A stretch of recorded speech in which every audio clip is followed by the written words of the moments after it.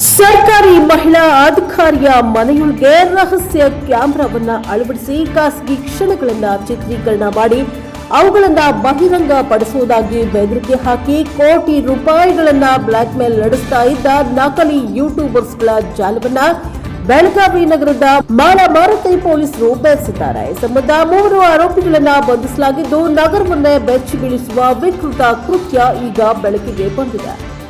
ಬಂಧಿತರನ್ನ 32 ವರ್ಷದ ಸಮೀರ್ ನಿಸಾರ್ ಅಹಮದ್ ಶೇಖ್ ಮತ್ತು 51 ವರ್ಷದ ಅಬ್ದುಲ್ ರಶೀದ್ ಮಕಾನ್ದಾರ್ ಮತ್ತು ಮೊಹಮ್ಮದ್ ಬಾಳ್ಕುಂದ್ರಿ ಎಂದು ಗುರುತಿಸಲಾಗಿದೆ.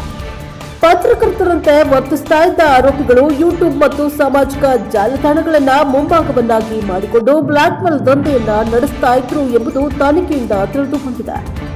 ಮಹಿಳಾ ಅಧಿಕಾರಿಯ ಮನೆಯ ಕೊಠಡಿಯಲ್ಲಿ ಗುಪ್ತವಾಗಿ ಹಿಡನ್ ಕ್ಯಾಮೆರಾವನ್ನ ಅಳವಡಿಸಿ ಖಾಸಗಿ ವಿಡಿಯೋಗಳನ್ನ ಸೆರೆ ಹಿಡಿದ ಆರೋಪಿಗಳು ಅವುಗಳನ್ನ ಸಾರ್ವಜನಿಕವಾಗಿ ಬಿಡುಗಡೆ ಮಾಡೋದಾಗಿ ಬೆದರಿಕೆ ಹಾಕಿ 1 ಕೋಟಿ ರೂಪಾಯಿ ಹಣಕ್ಕೆ ಬೇಡಿಕೆ ಇಟ್ಟಿದ್ರು.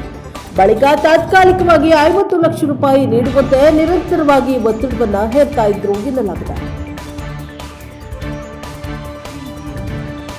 Bureau report Vedamurthy NKS TV4 Bengaluru.